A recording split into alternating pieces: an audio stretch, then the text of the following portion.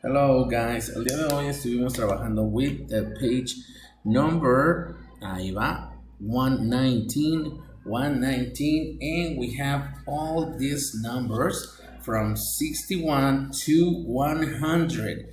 We have to complete them, vamos a completarlos. Y por aquí en la parte de abajo tenemos un último ejercicio que dice, write the numbers that come before and after. Before, antes. After, después. Ok, entonces vamos a escribir cuál número es el que va antes del 63. Which number is the one after 63? Son dos numeritos.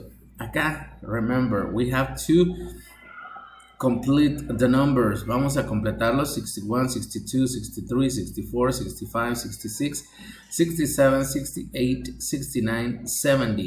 ¿Ok?